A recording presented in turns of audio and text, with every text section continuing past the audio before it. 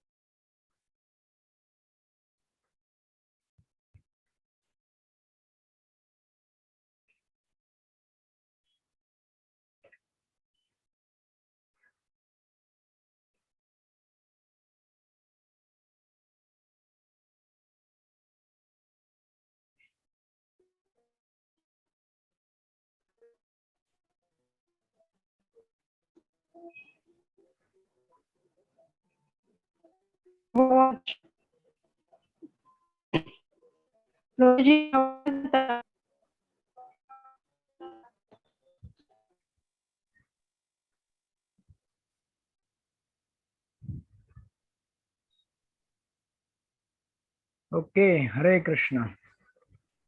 अभी आप सब लोग कोई भी आवाज नहीं खोल सकते अपना। मैंने सबको म्यूट कर दिया है। मेरी आवाज आ रही है सबको? अगर आ रही है तो हाथ ऊपर कीजिए। आवाज मेरी आ रही है सबको? हरे कृष्णा। अगर आ रही तो हाथ ऊपर यस। कीजिए। Okay Hare okay. Krishna. Yes yes yes. Allow participants to unmute themselves. Ask all to mute all.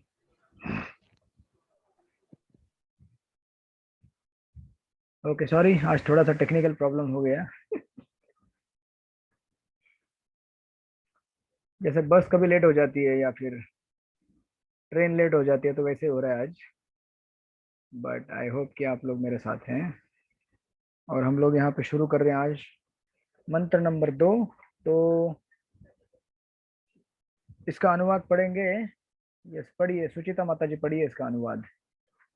मंत्र नंबर 2।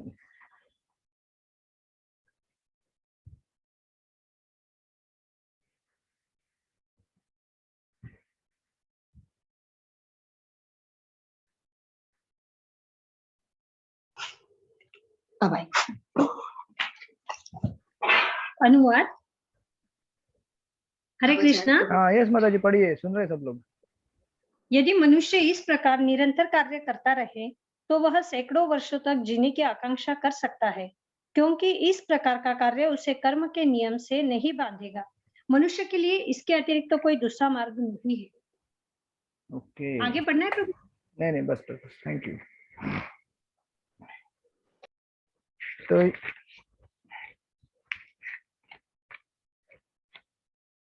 पिछला हमने जो श्लोक देखा था, मंत्र 1। मंत्र 1 का अनुवाद इस प्रकार था। Just to recap and correct, इस दोनों श्लोक को कनेक्ट करने के लिए, इस ब्रह्मांड के भीतर की प्रत्येक जड़ अथवा चेतन वस्तु भगवान द्वारा नियंत्रित है और उन्हीं की संपत्ति है। अतएव मनुष्य को चाहिए कि अपने लिए केवल उन्हीं वस्तुओं का स्वीकार करे जो उसके लिए आवश्यक है और जो उसके भाग के रूप में नियत कर दी गई है। मनुष्य को यह भली बातें जानते हुए कि अन्य वस्तुएं किसकी, उन्हें स्वीकार नहीं करना चाहिए। नाउ अभी इस श्लोका से जब आप आगे कनेक्ट करेंगे तो आपको दिखेगा कि मंत्र 2 में कंटिन्यूएशन है पिछले श्लोक से। कह रहे कि यदि मनुष्य इस प्रकार निरंतर कार्य करता रहे, इस प्रकार निरंतर कार्य करता रहे यानी कि पिछले श्लोक में जो बताया गया था उसके अनुसार अगर मनुष्य कार्य करता रहे तो वह सैकड़ों वर्षों तक जीने की आकांक्षा कर सकता है। राइट। यानी कि जो इंस्ट्रक्शन पिछले श्लोकों में दिया हुआ है उस इंस्ट्रक्शन के हिसाब से अगर रहे आदमी तो उसको कभी कोई प्रॉब्लम नहीं होगी। लेकिन अगर उस इंस्ट्रक्शन के हिसाब से नहीं रहना चाहता है तो उसे जीने का अधिकार नहीं है, या फिर वो जिएगा तो भी बहुत तकलीफ में वो जीवन जिएगा। राइट। अब इसी पॉइंट से आज का जो पूरा परपोर्ट है, यानी कि इस श्लोक का परपोर्ट है, इसे प्रभुपाद इसका मेन थीम रहेगा कर्म बंधन से कैसे बचना है, how to save oneself from the karmic reactions. क्योंकि जो पिछले श्लोक में दिया गया है, श्लोक नंबर 1 में, मंत्र नंबर 1 में, उसके अनुसार अगर कोई जीवन जीता जीता नहीं है तो उसे क्या होता है, कर्म का बंधन लगता है, राइट। अब ये बंधन क्या होता है, कैसे लगता है, इससे कैसे हम मुक्त हो सकते हैं, इन सारी चीजों को हम आज देखेंगे यहाँ पे डिटेल में। उसी का वर्णन यहाँ पे दिया गया है। तो सबसे पहले इस श्लोक को हम क्या करते हैं, सॉरी पर्पट को क्या करते हैं, पॉइंट्स बनाना चालू करते हैं। सबसे पहला पॉइंट इसमें रहेगा तात्पर्य का जो नीचे दिया हुआ है। फर्स्ट पॉइंट इज कर्म बंधन। आप लिख लीजिए फर्स्ट पॉइंट।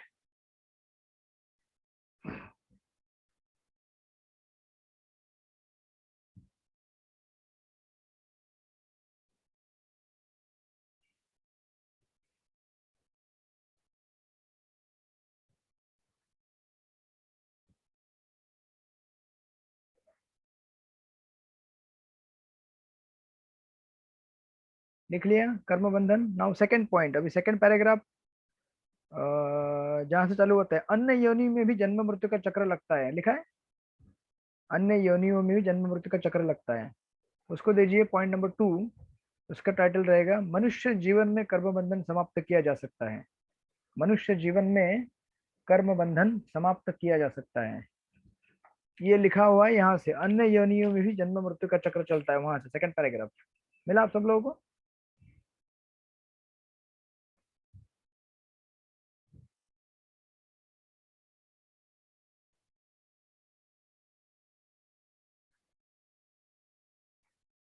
अन्य योनियों में भी, सॉरी, या this is second point. Now third point आएगा पेज नंबर 14 पे, पैराग्राफ नंबर 1 2 3, थर्ड पैराग्राफ।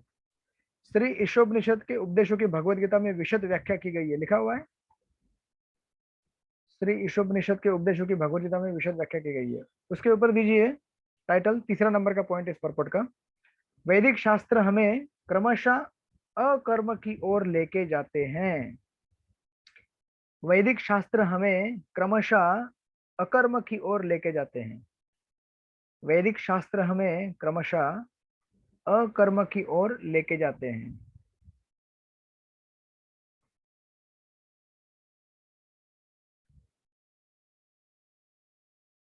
कुछ कुछ लोग लिख नहीं रहे पॉइंट्स। शुभम प्रभु, आप नहीं लिख रहे,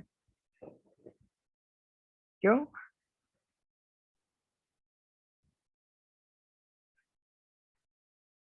वीडियो खोलने का यह आनंद होता है, पता चलता है कि कौन क्या कर रहा है। अब वीडियो बंद कर देंगे।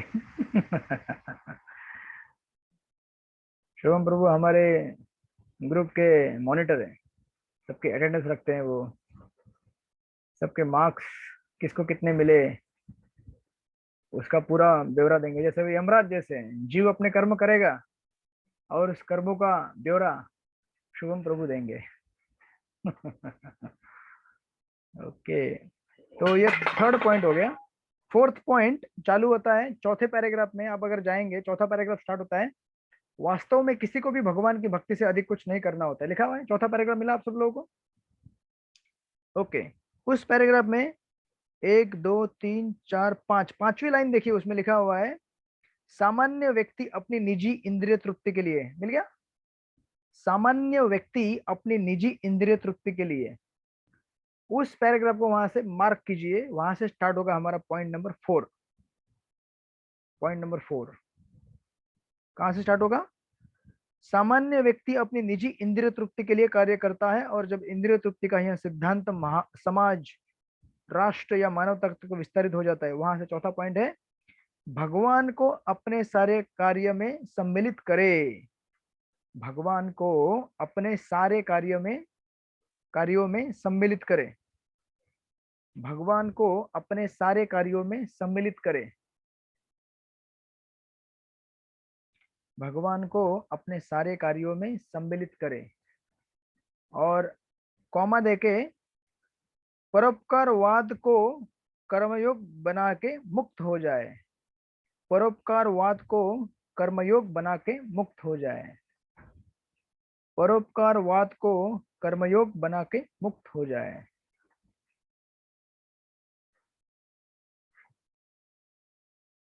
भगवान को अपने सारे कार्यों में सम्मिलित करें और कॉमा देके परोपकारवाद को कर्मयोग बना के मुक्त हो जाए। तो ये परोपकारवाद क्या है, कर्मयोग क्या है, सब हम डिस्कस करेंगे।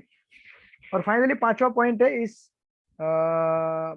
इस मंत्र का सेकेंड लास्ट पैराग्राफ जो चालू होता है। Second last paragraph page number 16 में दिया गया है।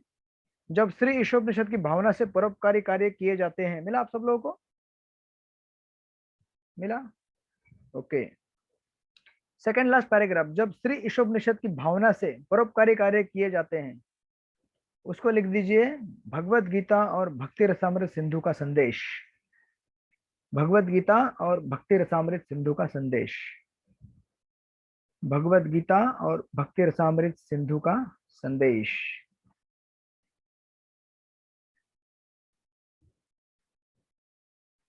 ओके, लिख लिया सब लोगों ने? Okay, thank you. इस तरह से हमारा मंत्र 2 पूरा हो गया। आप सब लोगों की छुट्टी होने में अभी भी, पूरा सुन लीजिए, अभी भी 1 घंटा, पौना घंटा बाकी है, 45 मिनट्स। कॉलेज में मैं जब पढ़ा था तो 40 मिनट की क्लास रहती थी, 40 minute, 45 minute, right.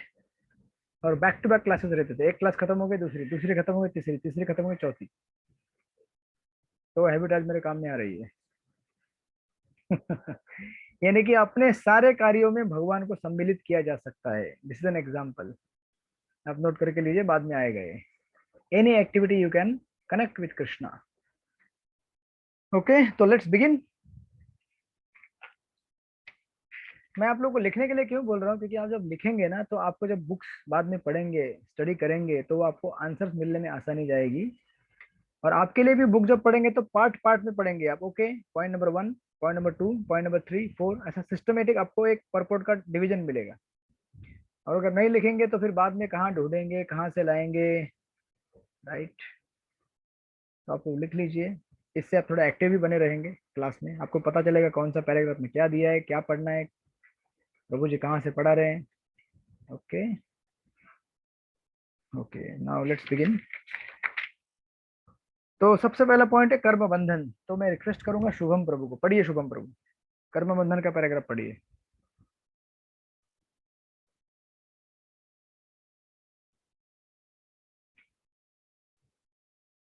Yes Shubham प्रभु, आवाज आ रही मेरी? शुभम प्रभु माइक म्यूट करके बैठ गए क्या?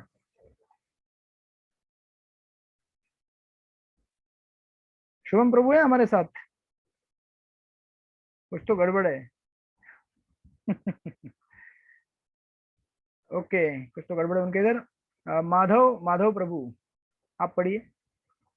पीली टी शर्ट पहने हुए आप, पीली टी शर्ट।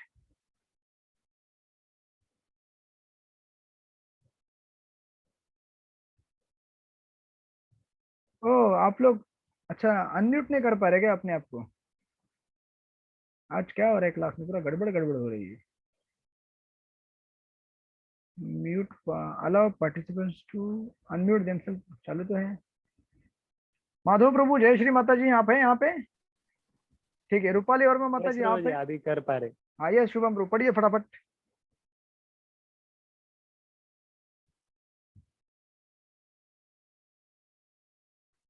अब क्या हो गया भाई, पढ़िए। नहीं, अच्छा बुक नहीं है। माधव प्रभु आप पढ़िए। तो अनम्यूट नहीं हो रहा है क्या? क्या गड़बड़ हो रही है आज? क्या कर दिया शुभम प्रभु आपने ये सब?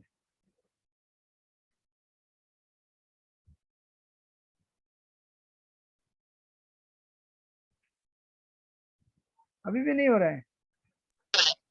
हो गया है क्या? अब हुआ प्रभु, अब हुआ प्रभु। हाँ आज की सारी क्लास लगता है ऐसे।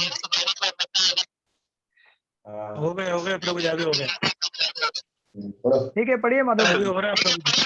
Yes yes.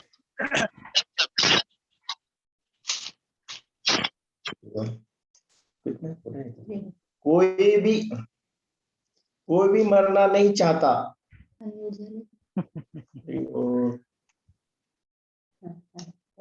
कोई भी मरना नहीं चाहता, प्रत्येक व्यक्ति जब तक खींच सकता है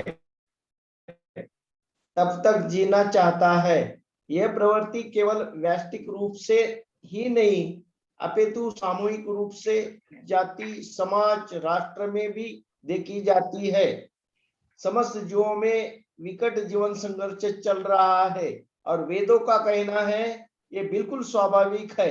जीवात्मा स्वभावतः शाश्वत है, लेकिन भौतिक जगत में अपने बंधन के कारण उसे बारंबार अपना शरीर बदलना पड़ता है। यह प्रक्रिया आत्मा का ध्यानांतरण अथवा कर्म बंधन कहलाती है। जीव को अपनी आजीविका के लिए कार्य करना पड़ता है, क्योंकि यह भौतिक प्रकृति का नियम है, और यदि वह अपने नियत कर्तव्यों के अनुसार कार्य नहीं करता तो वह प्रकृति के नियम का उल्लंघन करता है और अपने आप को अनेक योनियों में जन्म मृत्यु के चक्र में अधिक बांधा जाता है। Thank you. हरि बोल। सो प्रभुपाद स्टार्ट ही करते, कोई भी मरना नहीं चाहता। Beginning with warning.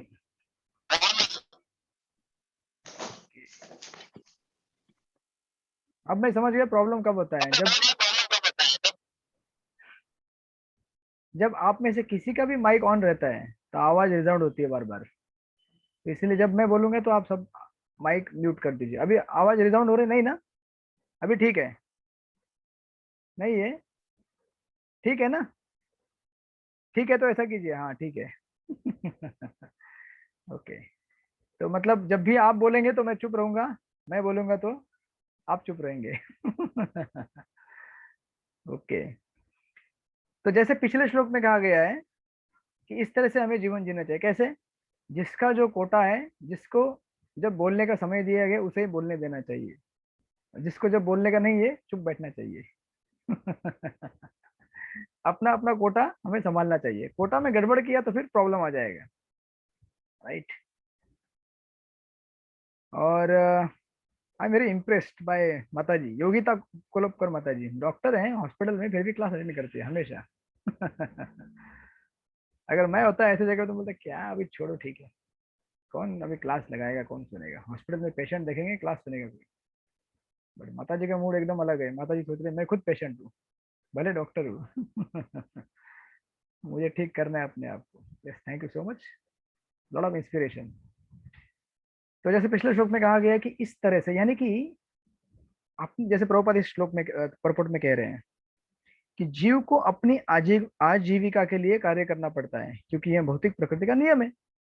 हम सबको अपना अपना कर्म करना पड़ता है, राइट? कोई डॉक्टर है, कोई टीचर है, कोई कोई क्या है, कोई क्या है, कोई क्या है। अलग अलग उपाधियां हमने यहाँ पे बना के रखी है, तो ठीक है, उपाधि भी जरूरी है। बिना उपाधि के व्यक्ति काम भी नहीं करेगा। डेजिग्नेशन तो चाहिए हम सबको, तो काम तो करना है सबको, लेकिन कैसे करना चाहिए? यदि वह अपने नियत कर्मों के अनुसार कर्म कार्य नहीं करता। यानी कि अभी नियत कर्म कहाँ से आते हैं? वेदों से आते हैं, शास्त्रों से आते हैं। नियत कर्म क्या होते हैं कि हमें रोज कुछ ना कुछ ड्यूटीज अपनी निभानी होती है कंपल्सरीली। जैसे मैं टीचर हूँ आज आपके सामने, तो मुझे कुछ रोल निभाना है। जैसे मैं कुछ काम कर रहा था बुक्स का मतलब सेवा कर रहा था, तो मुझे इच्छा नहीं थी आज क्या पढ़ाने का, कुछ इच्छा नहीं हो रही है। बुक्स का जो कुछ बिलिंग चल रहा है, कुछ एड्रेस आ रहे हैं, कुछ उसको करेक्शन कर रहा हूँ, तो लेकिन फिर भी मुझे आना पड़ा क्योंकि मेरा नियत कर्म है वो अभी। और वैसे भी आप में से कितने लोग बोलेंगे प्रभु जी ठीक है आप भी जाने तो, थोड़ा सा कल थके हुए, परसों भी थके हुए, फेस्टिवल हुआ, दो फेस्टिवल, फिर भी आप लोग सोचे नहीं अपना नियत कर्म है, right? So this way if we perform our duty then we can go on for hundreds of years. और अगर नहीं करे तो फिर क्या होगा? डिजास्टर हो जाएगा। तो वह प्रकृति के नियम का उल्लंघन करता है और अपने आप को अनेक योनियों में जन्म मृत्यु के चक्कर में अधिक बांधता जाता है। जैसे अगर समझ लो आप किसी बिल्डिंग में चढ़े हैं ऊपर, तो बिल्डिंग से नीचे आने का एक ही तरीका होता है क्या? एक तो स्टेयरकेस, सीढ़ियां, या फिर लिफ्ट। इन दोनों में से अगर कोई फॉलो नहीं किया और सोचा कि नहीं मैं तो जंप कर लेता हूँ ना, एकदम फास्ट, लिफ्ट से भी फास्ट। लिफ्ट में तो जाना पड़ेगा, बटन दबाना पड़ेगा, कभी लिफ्ट वेटिंग मोड में रहती है, कोई नीचे से ऊपर जा रहा है, जंप मारोगे तो तुरंत नीचे उतर जाऊंगा। लेकिन क्या हो जाएगा फिर? उससे डिजास्टर हो जाएगा। मृत्यु हो जाएगी आपकी। और प्रभुपाद लिख रहे कोई भी मरना नहीं चाहता। प्रभुपाद कह रहे कोई मरना नहीं चाहता, और हम लोग फिर क्यों जंप करेंगे। लेकिन हम लोग जंप कर रहे हैं आज के जमाने में। लिफ्ट या फिर सीढ़ियों से चलने के बजाय हम लोग क्या कर रहे हैं, सोच रहे हैं कि मैं तो फास्ट इस चीज को प्राप्त करूंगा। कैसे? चोरी करूंगा, किसी को झूठ बोलूंगा, किसी को फंसाऊंगा, कहीं कपट करूंगा, और कैसे न कैसे मेरे को जो चीज चाहिए उसको प्राप्त कर लूंगा, चाहे वो हमारे घर के लिए हो, चाहे वो हमारे मान प्रतिष्ठा पद पोजीशन के लिए हो। तो ऐसा करेंगे तो क्या होगा, हम 100 साल के एक दिन भी नहीं जी सकते, हमें कर्म के बंधन बांध लेंगे। ये कनेक्शन है पिछले परपोर्ट का और इस परपोर्ट का, श्लोक का और इस श्लोक का। पिछले श्लोक के अनुसार अगर हम जीवन जिएंगे तो 100 साल क्या, इटर्निटी, हमेशा के लिए जीवन जी सकते हैं वैसा। और आध्यात्मिक जगत में भक्तगण ऐसे ही जीवन जीते हैं। भागवत के तृतीय स्कंद में वर्णन आता है कि वैकुंठ जगत में, ये भागवत का तीसरे स्कंद का 23वां अध्याय शायद, पता नहीं 23वां या समथिंग कोई तो है, आध्यात्मिक जगत का वर्णन आता है। कहते हैं कि आध्यात्मिक जगत में जब भूंगे थे ना, भूंगे भूंगे भूंगे यानी कि भौरे, वो जो गाते हैं ना, कैसे गाते हैं वो, ऐसी आवाज निकालते कुछ तो वो। वैसे गाते हैं, ऐसे आवाज आती है उनके गाने की, राइट। तो कहते हैं कि जब वे गाते हैं तब भी जो कोयल रहती है ना, चुपचाप बैठती है, वो नहीं गाती है। वो देखती है कि अरे भृंगा भगवान का गुणगान कर रहा है, तो उसके आवाज को मुझे दबाना नहीं चाहिए। इस जगत में हर कोई दूसरे की आवाज को दबाने के लिए तैयार है। तू नहीं गाएगा, मैं गाऊंगा। पता कभी कभी भक्तों में लड़ाई झगड़ा होता है, देखा आपने? किसी को कुछ गाने के लिए दिया है, उसको क्यों दिया, मैं सीनियर हूँ, मुझे देना चाहिए। हाँ, आज मेरा स्लॉट है, आज कथा करने के लिए उसको क्यों दिया, मैं गाना चाहिए, मैं कथा करना चाहिए। बट आध्यात्मिक जगत में ऐसा नहीं होता है, राइट। तो वहां जो भी गाता है भगवान का गुणगान करता है, इसलिए उसको वैल्यू दी जाती है। लेकिन इस जगत में क्या होता है, कोई भी कुछ करने की कोशिश कर रहे हैं तो उसको प्रेस करने की कोशिश करते हैं हम लोग। और इस भावना की वजह से क्या होता है, हम अपने आप को कर्म के बंधन में मानते जाते हैं।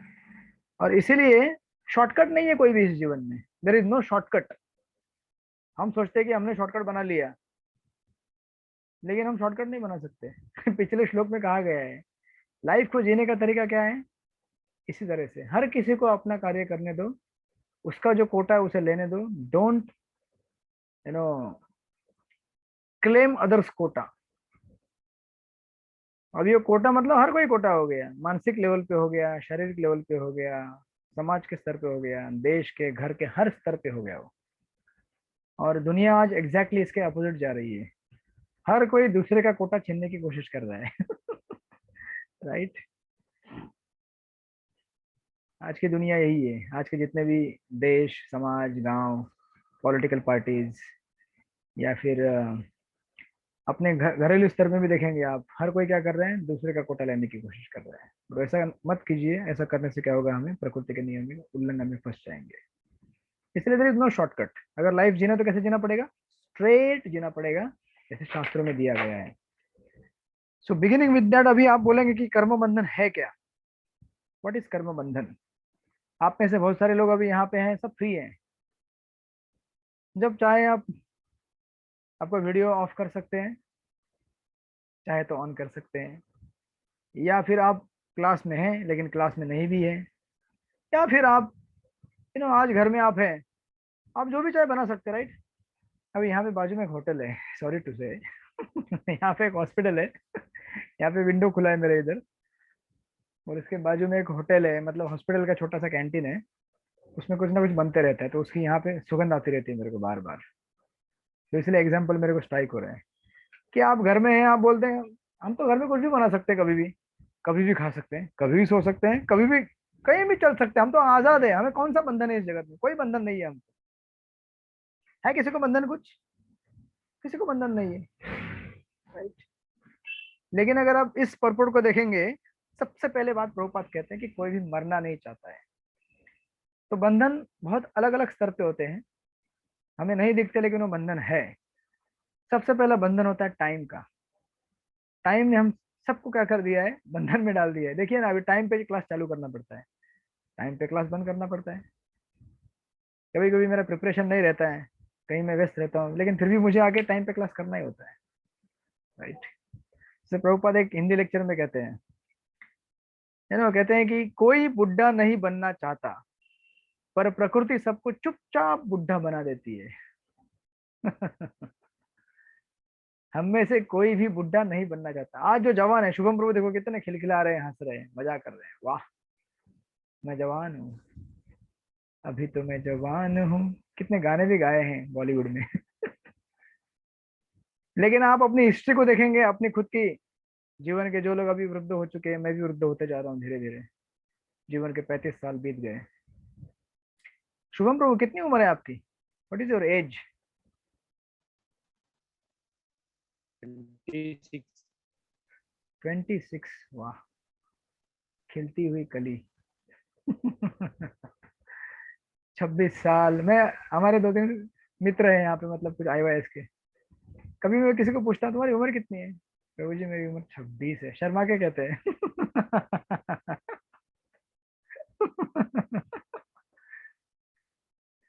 अब किसी की उम्र अगर 35 हो जाए तो क्या बेचारा कहेगा शर्मा के मेरी उम्र 35 हो गई है? नहीं कहेगा ना। और जिनकी उम्र 35 के पार हो गई उनका क्या कहना, राइट। जिनकी उम्र 40 के पार हो गई, 50 के पार हो गई, तो लोगों को लगता है कि मैं जवान हूँ, मैं ऐसे ही जवान रहूंगा, और रहना भी चाहते हैं लोग। लेकिन प्रकृति बहुत ही निष्ठुर है, राइट। प्रकृति को कोई भी अतिक्रमण नहीं कर सकता। इसलिए प्रभुपाद कितना सुंदर तरीके से कहते हैं। आप प्रभुपाद के हिंदी लेक्चर सुनिए, बहुत आनंद आएगा आपको, बहुत आनंद देता है। प्रभुपाद कहते हैं कि कोई बुढ़ा नहीं बनना चाहता, लेकिन प्रकृति सबको चुपचाप, यानी कि साइलेंट किलर। हम सबको पता नहीं है हम मर रहे हैं क्षणों क्षण, इसमें डरने की बात नहीं है किसी को। मैं मर रहा हूँ, मैं मर रहा हूँ, डरिए मत। आप जितना समय आपका जा रहा है भक्तों का, उतना हम भगवान के करीब जा रहे हैं, राइट। जो भक्त नहीं है उसके लिए मृत्यु है, लेकिन जो भक्त है वो तो हर क्षण भगवान के करीब चले जा रहे हैं, राइट। लेकिन ये फैक्ट है जीवन का, चाहे वो भक्त हो या अभक्त हो, हम सबको शरीर छोड़ना पड़ेगा। प्रकृति हमें क्या कर रही है, चुपचाप बुढ़ा बना रही है। और एक मॉर्निंग वॉक का कन्वर्सेशन है, उसमें प्रभुपाद को एक यू नो एक व्यक्ति, प्रभुपाद कह रहे होते हैं कि you will be force to become old. Prabhupada कह रहे हैं कि आप बुढ़ा होने के लिए क्या हो जाएंगे, बाध्य हो जाएंगे, आपको फोर्स हो जाएंगे आप, you will be force to become old. तो व्यक्ति कहता है कि है मुझे कोई फोर्स नहीं कर सकता किसी चीज के लिए। ऐसे हम में से कितने सारे लोग सोच रहे हैं कि हम में से हमें कौन क्या जबरदस्ती कर सकता है, कोई जबरदस्ती नहीं कर सकता। हम जब चाहे सो सकते हैं, जब चाहे उठ सकते हैं, जब चाहे खा सकते हैं।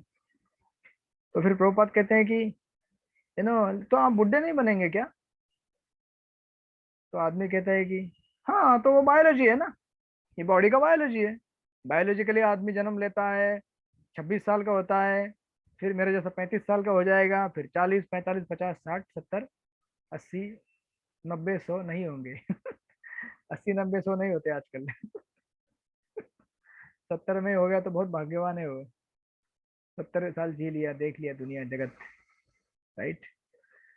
तो फिर वो आदमी कहता है कि बायोलॉजिकली होता है। प्रभुपाद कहते हैं कि तो बायोलॉजी फोर्स नहीं है क्या? Is biology not a force? आज के लोग कुछ अलग अलग वर्ड जगलरी करके, कुछ अलग अलग शब्द का इस्तेमाल करके उस चीज को अवॉइड करना चाहते हैं। कहते हैं बायोलॉजी है, तो यार बायोलॉजी फोर्स नहीं है क्या? बायोलॉजी इज ऑल्सो फोर्स ना, ये भी एक बल है ना। तो आपको प्रकृति क्या करेगी, बुढ़ा बना देगी। और जैसे आप बुढ़ा बन जाएंगे, वैसे आपकी सारी कैपेसिटी, आपकी एबिलिटी, जो हमारी क्षमता है, और जो हमारी कार्य करने की क्षमता, बोलने की क्षमता, सुनने की क्षमता, सब कुछ खत्म हो जाएगी। भागवत तो इतना विस्तृत वर्णन करता है। भागवत के अगर आप जाएंगे प्रथम स्कंद के 13वें अध्याय में, शायद धृतराष्ट्र का घर छोड़ना, अगर वो अध्याय पढ़ेंगे तो आपको समझ में आएगा। यू नो विदुर जी धृतराष्ट्र को कहते हैं कि अरे क्या कुत्ते की मौत जी रहे हो तुम, जिसको तुमने मारने की कोशिश की उसी के घर में रह रहे हो। भीमसेन तुम्हें क्या करता है, जैसे कोई कुत्ते को खाना फेंकता है, ऐसे ले खा, आके तुमको भोजन देता है। कितनी बार तुमने उसको मारने की कोशिश किया, तुमको शर्म आना चाहिए। निकल जाओ ये घर छोड़ के।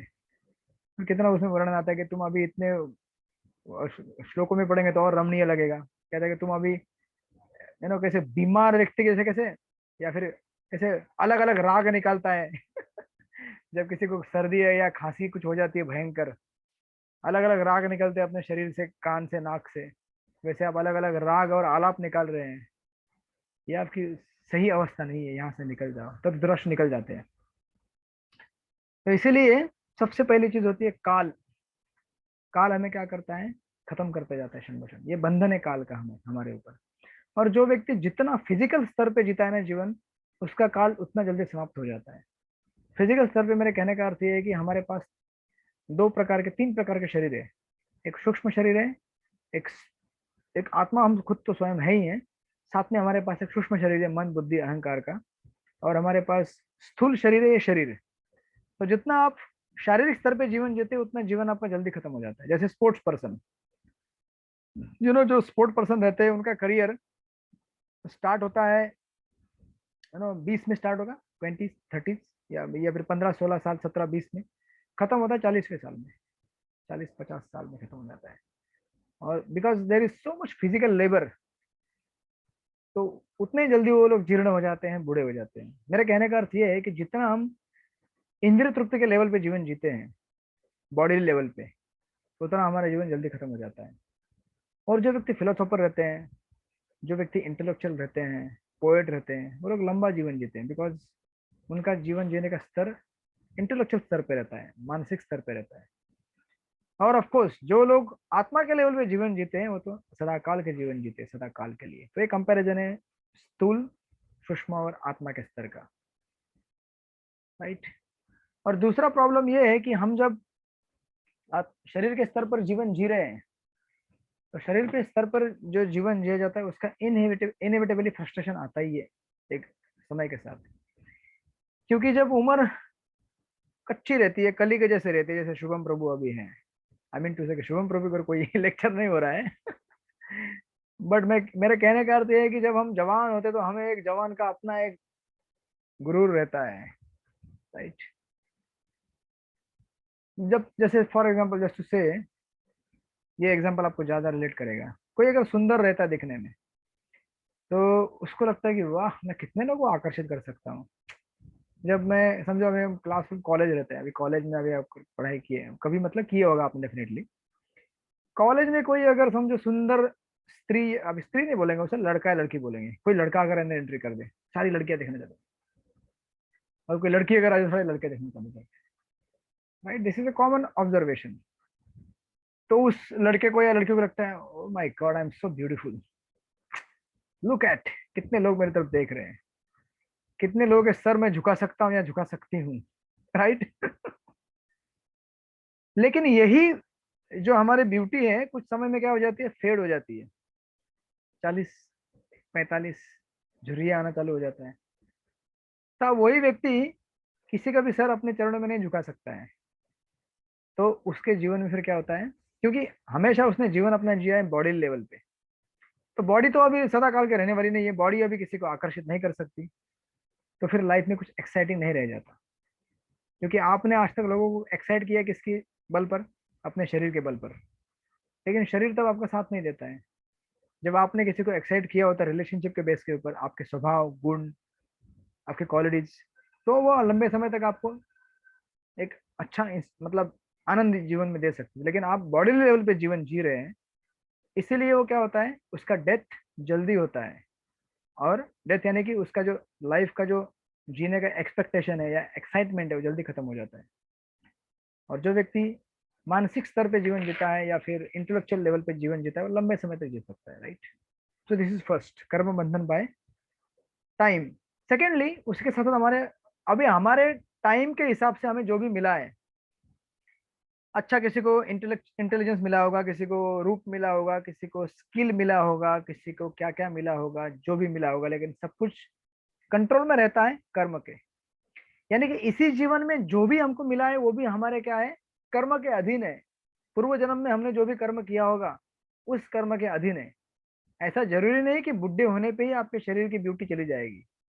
हो सकता है कि आपको ब्यूटी मिली है केवल 5 साल के लिए, या बॉडीली एबिलिटी मिली है केवल 2 साल के लिए। आपने देखा होगा कुछ लोग ऐसे थे बॉडीली पूरा सिक रहते हैं, हमेशा हमेशा बीमार रहते हैं, स्वास्थ्य ठीक नहीं रहता है। यानी कि सब कुछ अच्छा है जीवन में, पैसा है, घर है, दोस्त है, लेकिन फिर भी शरीर साथ नहीं देता है। This is called as karma. तो कर्म से भी हमारा जीवन बंधा हुआ है। और प्रभुपाद आगे जाके इस परपुट में कहेंगे कि हम सबको क्या दिया हुआ है, एक बॉडीली कार दिया हुआ है, एक शारीरिक कार दिया है। तो ये कार किसी का हो सकता है, किसी का मतलब हमारे जमाने में गाड़ी आती थी फिएट। आजकल पता नहीं, आती नहीं लगता है। आजकल पता नहीं क्या क्या नए नए अलग अलग मॉडल आते हैं। तो किसी का गाड़ी होगा फिएट, किसी का होगा मर्सिडीज, किसी का होगा बैलगाड़ी। हर किसी का गाड़ी अलग अलग है, राइट। जो हमको यंत्र मिला है, भगवद गीता के 18वें अध्याय में कहा गया, यंत्र रूढ़ानी माया भ्रामयान सर्वभूतानी यंत्र रूढ़ानी माया। तो माया ने ये जो यंत्र दिया है हर किसी का कर्म के वश में, राइट, और वो हमें लिमिट करता है। सो फर्स्ट मैंने बताया था आपको, बंधन रहता है समय का, सेकंड बंधन रहता है कर्म का, और तीसरा बंधन रहता है प्रकृति के 3 गुणों का। इतना सा बंधन आप सुनेंगे आज तो आप बोलेंगे प्रभु जी फिर तो हमारे पास फ्रीडम तो कुछ है ही नहीं। कितना बंधन है, बाप रे। समय हमें बांध रहा है, हमारा कर्म हमें बांध रहा है, और साथ में प्रकृति के 3 गुण हमें बांध रहे हैं। आप सब लोग मेरे साथ हैं? Are you there? हरि बोल। ओके, आई होप आप लोग बोर नहीं हो रहे हैं। बोलेंगे प्रभु जी मंडे की इवनिंग, थकान है पूरी संडे की, सैटरडे की, और अभी जॉब भी चालू है, और आप लोग इतना फिलोसॉफिकल बात बता रहे हैं। हमको पता है हम बुड्ढे होने वाले हैं, क्यों रिमाइंड करा रहे हैं? तो कहते हैं ना, जले पे क्यों नमक छिड़क रहे हैं, तो बुड्ढे होने ही वाले हैं। Okay, from Monika Thakur to everyone, no Prabhu ji. Okay. उल्टा मैं तो, मुझे लगता है कभी कभी जितना हम बुड्ढे नहीं बुढ़ा होने हो, वाले। यस, मुझे लगता है हम जितना बुढ़ा होते जाएंगे ना उतना हमें खुश होना चाहिए। You know why?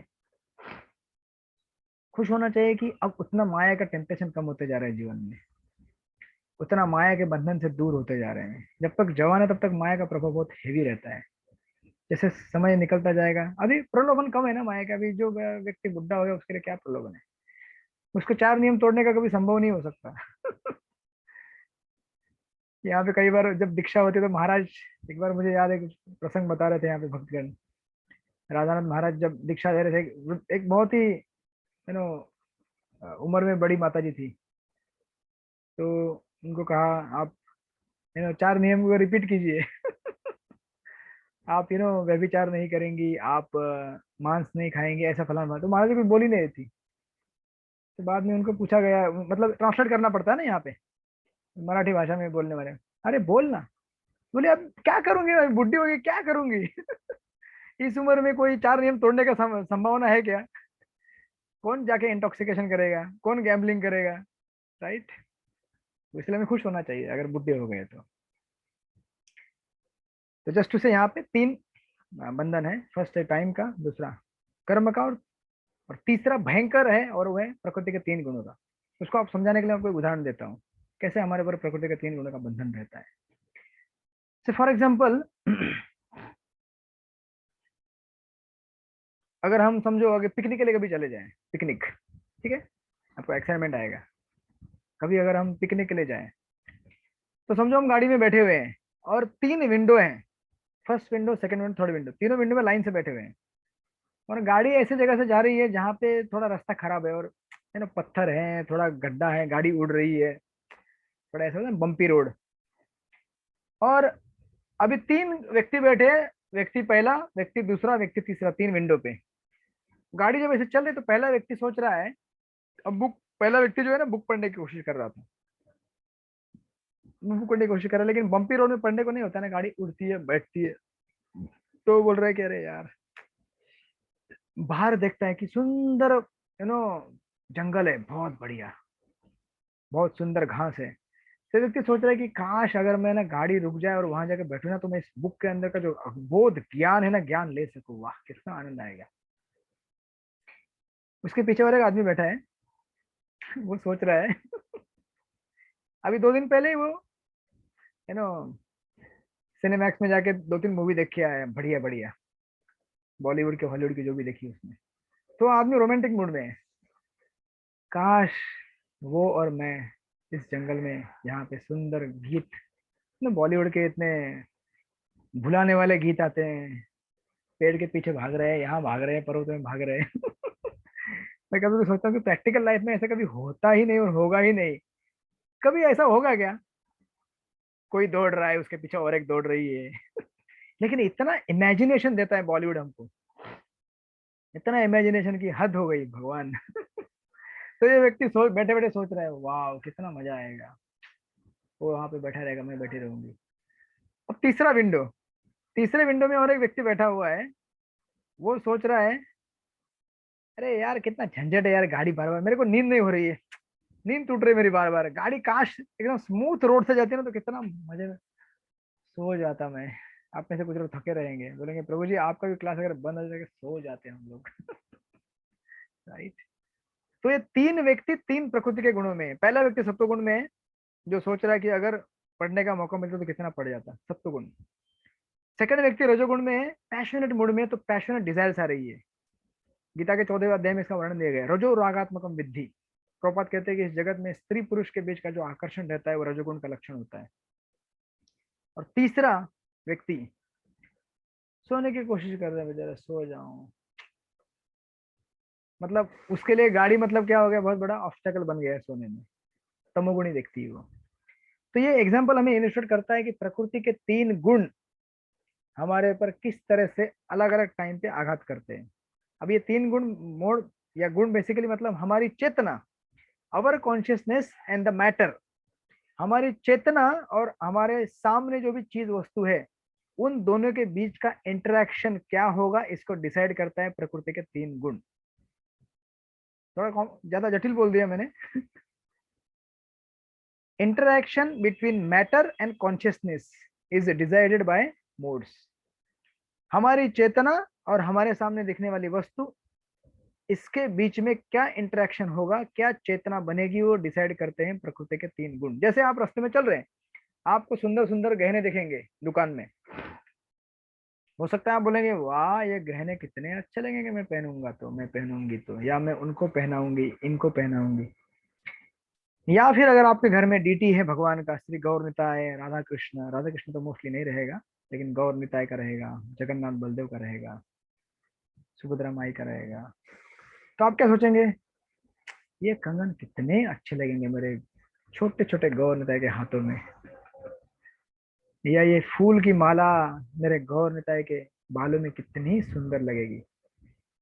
Chaitanya Mahaprabhu कितने सुंदर दिखते हैं, और उनको अगर कोई फूल बिल पहना दिया जाए, कितने, मेरे सामने कुछ विग्रह रखे हुए हैं यहाँ पे, कुछ भक्तों ने मंगाए थे वृंदावन से। इसलिए मुझे उदाहरण याद आ रहा है वो, कितना आनंद आता है हमको। तो सेम, अब वही कोई व्यक्ति देखता है, कोई सोचेगा ये गजरा अगर उनके बाल में लगा दे तो कितना आनंद आएगा।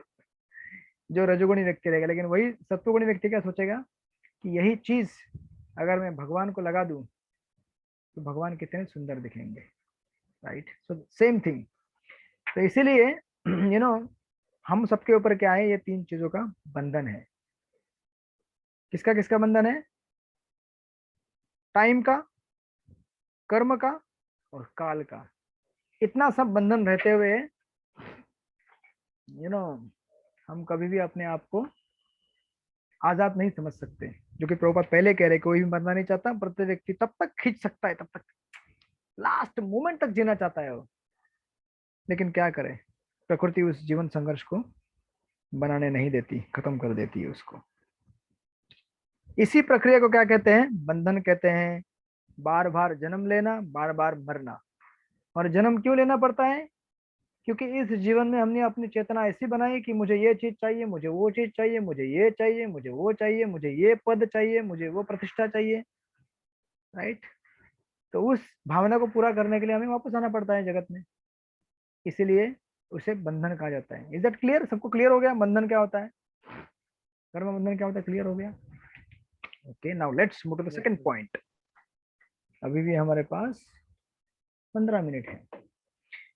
इसके बाद प्रभुपाद अभी सेकंड पॉइंट में कहेंगे कि मनुष्य जीवन में कर्म बंधन समाप्त किया जा सकता है। ये तो पहले बता दिया कि ये इतना भयंकर बंधन हमें है। अब ये बंधन कैसे बंद किया जा सकता है बता रहे हैं। तो यस विनोद बागड़िया प्रभु जी आप पढ़िए इस अनुवाद परपट को। यस प्रभु जी। अन्य योनियों में भी जन्म मृत्यु का चक्र चलता है, लेकिन जब जीव को मनुष्य योनि प्राप्त होती है तो वह कर्म के बंधन से मुक्त होने का अवसर प्राप्त करता है। भगवत गीता में कर्म, अकर्म तथा विकर्म का अत्यंत स्पष्ट वर्णन हुआ है।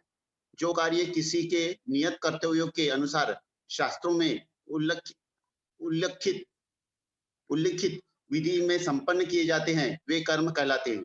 जो कर्म मनुष्य को जन्म मृत्यु के चक्र से मुक्त करते हैं वे अकर्म कहलाते हैं। किंतु जो कार्य अपनी स्वतंत्रता का दुरुपयोग करके संपन्न किए जाते हैं और जिससे अधम योनियों में जाना पड़ता है वे विकर्म कहलाते हैं। इन 3 प्रकार के कर्मों में से बुद्धिमान मनुष्य उसे ही अच्छा समझता है जो उसे कर्म के बंधन से मुक्त कर दे। सामान्य लोग प्रसिद्धि प्राप्त करने के उद्देश्य से तथा इस संसार में या स्वर्ग में उच्चतर जीवन स्तर प्राप्त करने के उद्देश्य से अच्छा कार्य करते हैं, लेकिन अधिक उन्नत लोग कर्म तथा कर्म के फल से सर्वथा मुक्त होना चाहते हैं।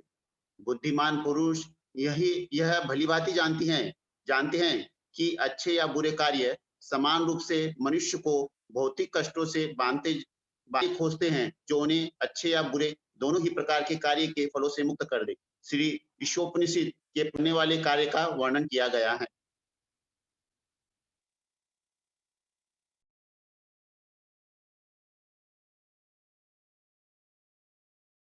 पद और आगे क्लेरिफाई करते जा रहे हैं कि 3 प्रकार के कर्म रहते हैं, कर्म, अकर्म, विकर्म। आप सबों ने कई बार सुना होगा इस डेफिनेशंस को।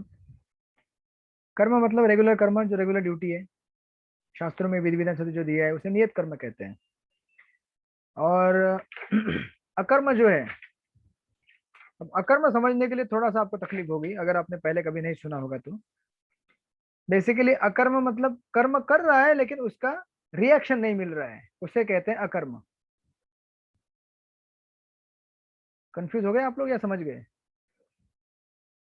अगर समझ गए तो हाथ ऊपर कीजिए, नहीं समझ गए तो ऐसा कीजिए, प्रभु जी फेल। अच्छा अच्छा, नीता माता जी हाथ ऊपर कर रही है, कांग्रेस का हाथ लग रहा है मुझे यहाँ पे। ओके समझ में आ रहा है। देखिए सिंपल एग्जांपल है, आप कांग्रेस बीजेपी के पास मत जाइए, मैं जस्ट आपको थोड़ा सा यहाँ से वहां घुमाने के लिए किया। तो मैं क्या कह रहा था मैं? हाँ, अकर्म। आप सब लोग भक्ति करते हैं, भक्ति करने की वजह से क्या होता है, आप जीवन भर में दिन भर में जो भी कर्म करते हैं उसका आप में कर्म नहीं लगता है। जस्ट फॉर एग्जाम्पल, अगर कोई व्यक्ति मंदिर की तरफ जा रहा है और मंदिर की तरफ जाते जाते रास्ते में अगर कोई चींटी उसके पैर में आ जाए, जाने में नहीं है अनजाने में बोल रहा हूँ मैं, नहीं तो ऐसा नहीं कल चलेंगे आप, है मैं मंदिर की तरफ जा रहा हूँ मारो सारी चींटियों को, लाइसेंस नहीं हो आपके लिए। अनजाने में आपके पैर के नीचे अगर चींटी आ गई तो क्या होगा, आपको कर्म लगेगा या नहीं लगेगा बताइए? वैशाली एंड केतकी माता जी बताइए, are you there with us? Hare Krishna. Yes Mata ji. Prabhu ji.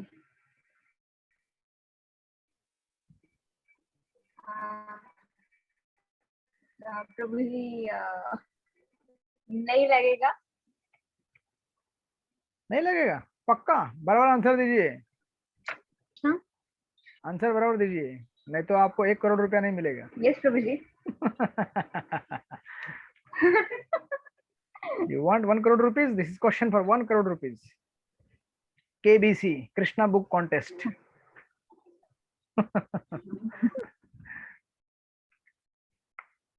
Yes, okay. Who would like to answer? कौन आंसर देना चाहेगा?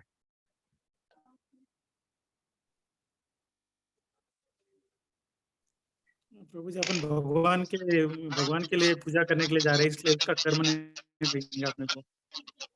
Okay, Hare Krishna. Yes, thank you Prabhu ji. भगवान के लिए पूजा करने जा रहे हैं, इसी के लिए नहीं लगेगा। सही है आंसर, हाँ, बराबर है क्या? आप लोग डरे अच्छा मत। कार्य के लिए जा रहे हैं, अच्छा कार्य करने के लिए जा रहे हैं। अच्छा, थैंक यू। आप तो डर क्यों रहे हैं यार, आंसर दीजिए। हरे कृष्ण। और कोई बोलना चाहेगा? प्रभु जी लगेगा। लगेगा? कौन बोल रहे हैं? नीता माता जी। हाँ प्रभु जी। नहीं नहीं नहीं लगेगा प्रभु जी, क्योंकि भगवान के लिए हम जो भी कार्य करते हैं वो उससे हम कर्म बंधन में कभी नहीं ये होते। Okay, very good. यस, जय श्री माता जी कुछ कहना चाहती हैं, बोलिए माता जी।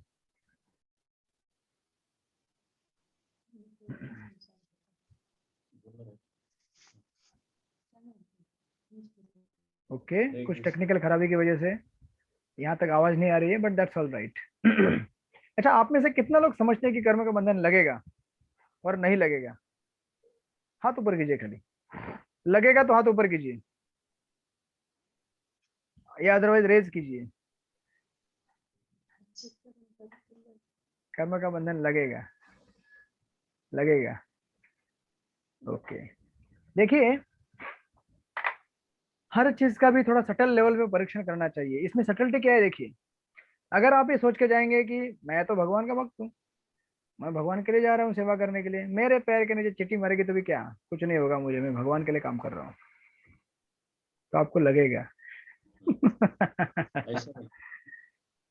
अब आप बोलेंगे कैसे लगेगा प्रभु जी, शास्त्रों में तो लिखा गया है, और अर्जुन को भी भगवान ने कहा कि तुम मेरे लिए अगर मारोगे कौरवों को तो तुम्हें कोई बंधन नहीं लगेगा, राइट। लेकिन अगर आप दशम स्कंद के ब्रह्मा जी के प्रार्थनाओं में जाएंगे तो ब्रह्मा जी कहते हैं तप्तेनु कंपाम समिक्षमाना भुंजान एवं कृतक विपाकम हृदवाक विपरीत नमस्ते मुक्ते से यो जीवित योसो, something like that. Brahma ji कहते हैं कि मेरे कर्म की वजह से मुझे जो भी मिला है ना, उसे मुझे क्या करना चाहिए, भगवान का क्या बोलते हैं उसे, कृपा प्रसाद समझ के स्वीकार कर लेना चाहिए। भक्त कभी भी ये नहीं सोचता कि मैं भक्त हूं, इसीलिए मैं अगर किसी को अनजाने भी मार दिया तो भी मैं मुक्त हो सकता हूँ, ये भक्त कभी नहीं सोचता है। भक्त का यह भाव होना चाहिए। ऐसे भाव में अगर हम रहेंगे तो ही हमें बंधन नहीं लगेगा। अदरवाइज शास्त्र बहुत ही गहरा है, शास्त्र के बारीकियों को समझना बहुत जरूरी है। अगर हम ये भी सोचेंगे कि मैं भक्त हूँ, कुछ नहीं हो सकता, कुछ नहीं होगा, तो ये भी हमारा एक अहंकार है, और उस अहंकार की वजह से हमें तकलीफ हो सकती है। क्योंकि भगवान भगवान है, उनके लिए हर कोई जीव उनका पुत्र है, चाहे वो चींटी हो, चाहे वो कोई पंछी हो, कोई भी हो। इसीलिए हमें ये नहीं सोचना चाहिए कि मैं डिवोटी बन गया हूँ तो मैं कुछ भी कर सकता हूँ, मुझे कुछ भी लाइसेंस है, मुझे कुछ नहीं होगा। ऐसा नहीं, आपके अनजाने से हो गया ना, तभी भी आपको क्या करना चाहिए, भगवान से माफी मांगनी चाहिए। और वो जो भी जीव है जिसकी हत्या होगी उसके लिए आपको भगवान से प्रार्थना करना चाहिए। एम आई राइट और wrong? Right right right Prabhu ji. Yes, otherwise right right. Thank you so much. Otherwise हम लोग समझेंगे नहीं शास्त्र की गहराई को। शास्त्र बहुत गहरे हैं, इसलिए यहाँ पे प्रभुपाद कह रहे हैं कि मनुष्य को जन्म मृत्यु के चक्र से मुक्त करते हैं वे अकर्म कहलाते हैं। और इसके एग्जैक्टली अपोजिट क्या होता है, किंतु जो कार्य अपनी स्वतंत्रता का दुरुपयोग करके संपन्न किए जाते हैं और जिससे अधम योनि में जाना पड़ता है उसे विकर्म कहते हैं। यानी कि टोटली अपोजिट शास्त्र के। कर्म तो अपना नियत कर्म है, उसके एग्जैक्टली अपोजिट विकर्म कहा जाता है। अगर आपको कहा गया है कि चोरी नहीं करना है, चोरी करना ही है। आपको कहा गया है झूठ नहीं बोलना, झूठ बोलना ही है। आपको कहा गया है मांसाहार नहीं करना है, करना ही है। दैट इज कॉल्ड विकर्म। तो एक हो गया अकर्म, सॉरी एक हो गया कर्म, दूसरा हो गया अकर्म, और बीच में रह गया कर्म, सॉरी अकर्म। कर्म, विकर्म और बीच में अकर्म। तो अकर्म बहुत ही गहरा है, इसे ठीक से समझना जरूरी है। और ये बताते हुए प्रभुपाद इस पर्पट को यहाँ पे एक चीज कहते हैं कि अधिक उन्नत लोग कर्म तथा कर्म के फल से सर्वथा मुक्त होना चाहते हैं। कहते हैं कि सामान्य लोग प्रसिद्धि प्राप्त करने के उद्देश्य तथा इस संसार में या स्वर्ग में उच्चतर जीवन स्तर प्राप्त करने के उद्देश्य से अच्छा कार्य करते हैं। लेकिन अधिक उन्नत लोग, मतलब ये बेसिकली पहले कैटेगरी के लोग कौन है? कर्मकांडी लोग हैं। दूसरे कैटेगरी के लोग कौन है? स्पिरिचुअलिस्ट। लेकिन अधिक उन्नत लोग कर्म तथा कर्म के फल से सर्वथा मुक्त होना चाहते हैं। बुद्धिमान पुरुष यह भलीभांति जानते हैं कि अच्छे या बुरे कार्य समान रूप से मनुष्य को भौतिक कष्टों से बांधने वाले हैं। ये भी बहुत गहरा पॉइंट है प्रभुपाद का, जो मैंने अभी कहा जैसे अकर्म के बारे में। हम में से बहुत सारे लोग इस्कॉन में आने के पहले ये सोचते थे कि पुण्य कमाना जरूरी है, पुण्य कमाने से बहुत अच्छा होगा, राइट? लेकिन पुण्य भी बंधनकारी रहता है अगर उसे भगवान की भक्ति में सम्मिलित न किया जाए। वही प्रभुपाद यहाँ पे बता रहे हैं। यानी कि पुण्य करने से क्या होगा? आपको स्वर्ग प्राप्ति होगी। स्वर्ग में जाने से क्या होगा? क्या होगा? वापस इधर आना पड़ेगा। ऊपर तो वापस जाने वाले नहीं है। उसके लिए आपको क्या लगेगा? अकर्म करना पड़ेगा, यानी कि भक्ति करनी पड़ेगी, तभी आप बाहर निकलेंगे। यानी कि पाप पुण्य दोनों आपको बंधनकारी है। इसका मतलब कतई ये नहीं है कि हमें पुण्य कमाना नहीं चाहिए। तो बोलेंगे कल से पुण्य कमाना नहीं, बिल्कुल नहीं, पुण्य नहीं चाहिए, बहुत डेंजर है प्रभु जी ये। पुण्य कमाइए, लेकिन पुण्य का इस्तेमाल, पुण्य से जो आपको मिलता है, धन मिलता है, ऐश्वर्य मिलता है, सुंदर रूप मिलता है, सुंदर आवाज मिलती है किसी को, राइट? किसी को कुछ आर्टिस्ट कला मिलती है। सारी कलाएं, सारी क्रियाएं भगवान के लिए इस्तेमाल कीजिए, भगवान के भक्तों के लिए सेवा में इस्तेमाल कीजिए, राइट? अगर वो भी नहीं कर सकते तो उससे जो आपको पैसा मिलता है, थोड़ा सा दान भगवान की सेवा में दीजिए। इस तरह से वो क्या हो जाएगा? बांटते जाएगा वो, राइट? इसलिए प्रभुपाद कह रहे कि अतएव वे ऐसा कार्य खोजते हैं जो उन्हें अच्छे या बुरे दोनों ही प्रकार के कर्मों से, कार्य के फलों से मुक्त कर दे। और श्री ईशोपनिषद इसी बात की क्या करता है? चर्चा करता है, राइट? इसलिए देखिए, पिछले जो परपट में जो मैंने चीज बताया था कि हमारे 3 प्रकार के बंधन रहते हैं। कौन से? काल के, कर्म के और प्रकृति के, सॉरी गुणों के। इन 3 में से काल का हम बंधन नहीं छुड़ा सकते। वो कर्म काल तो हमें मारने वाला है, दबोचने वाला है, निचोड़ने वाला है, सबका चटनी बना के छोड़ने वाला है। सबका पाउडर बना के छोड़ देगा वो। समय हमारा पाउडर बनाए रहा है क्षण मशन, और साथ में हमारे कर्म है वो तो हमें बनाते रहते हैं पाउडर, हमारा चटनी। लेकिन जो प्रकृति के गुण है ना, उनसे हम बच सकते हैं, क्योंकि प्रकृति के गुण ही अगला हमारा कर्म बनाते हैं। आप लोगों को समझ रहे हैं मैं जो बोल रहा हूँ? वो काल से नहीं बच सकते, कर्म से नहीं बच सकते, लेकिन भविष्य का जो कर्म है हमारा, वो कौन बनाता है? आज के हमारे वर्तमान में जो हम कार्य करते हैं, वो हमारा भविष्य का कर्म बनाता है। लेकिन वर्तमान के कर्म हमें ऐसे करने चाहिए, जैसे प्रभुपाद कह रहे कि हमें ऐसे चीज की खोज करनी चाहिए जो हमें क्या कर सके? अच्छे या बुरे से मुक्त कर सके। यानी कि कहने का कंक्लूजन ये है, take home message for us for from this class, take home message ये है कि हमारे जो अभी प्रेजेंट कर्म है ना, वो हमें अच्छे बनाने पड़ेंगे। प्रेजेंट कर्म अच्छे कब बनेंगे? जब हम प्रकृति के 3 गुणों के परे जाके कार्य करेंगे। जैसे मैंने एग्जांपल दिया, रजोगुणी व्यक्ति रोमांटिक विचार में रहता है, तमोगुणी व्यक्ति निद्रा में रहता है, सत्वगुणी व्यक्ति सोचता है कि कुछ विजडम प्राप्त करूं। तो हमें सत्वगुण में आना चाहिए एटलीस्ट, राइट? और फिर सत्वगुण में आके क्या होता है? अच्छा बुरे का समझ आती है, ये अच्छा ये बुरा, ये नहीं करना चाहिए, वो नहीं करना चाहिए। फिर सत्वगुण से आगे शुद्ध सत्व हमें एंट्री करनी चाहिए। इसके लिए हमें क्या है? हमारा संग अच्छा बनाना चाहिए, और हमारे पास हमेशा चॉइस रहता है, मैं ये चीज करूं कि नहीं करूं। जैसे आपको मैं एक एग्जांपल दूंगा, इस एग्जांपल के साथ क्लास एंड करेंगे आज का। जैसे कोई व्यक्ति, समझो आप कभी हॉस्टल में रहे, आप में से कोई हॉस्टल में रहे कभी? कॉलेज के हॉस्टल में यस सर। कौन रहा है? नीता माता जी, आप रही है क्या हॉस्टल में? ओके, मैं भी हॉस्टल में रहता था।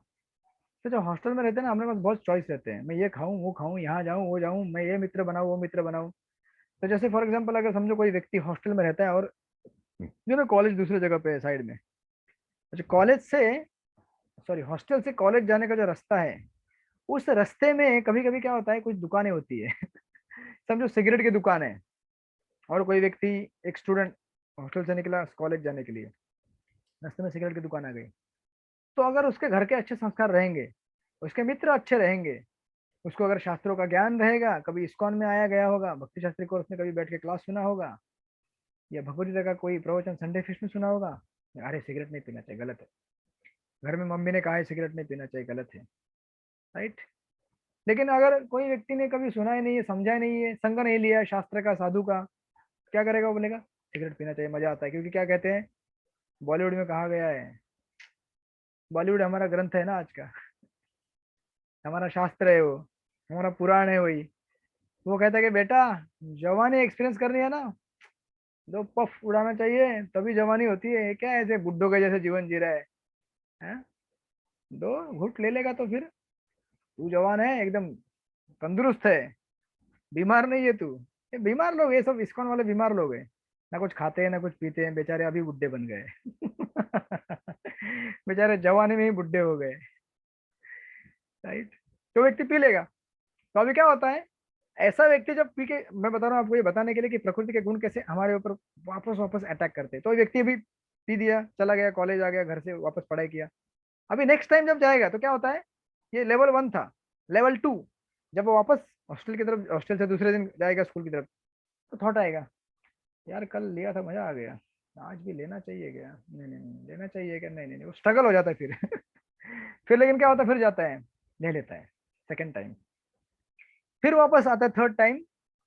तो अभी क्या हुआ था, पहली बार नहीं लिया, दूसरी बार हॉस्टल से निकलने के बाद थॉट आया, तीसरी बार हॉस्टल के निकलने के बाद तो थॉट आता ही है, जब वहां जाएगा तो लेगा ही, जब इसमें पहुंचेगा ना अपने कॉलेज में स्कूल में बैठेगा, बैठे बैठे सोचेगा यार एक ही लिया और 2 ले लिया तो मजा आ जाता।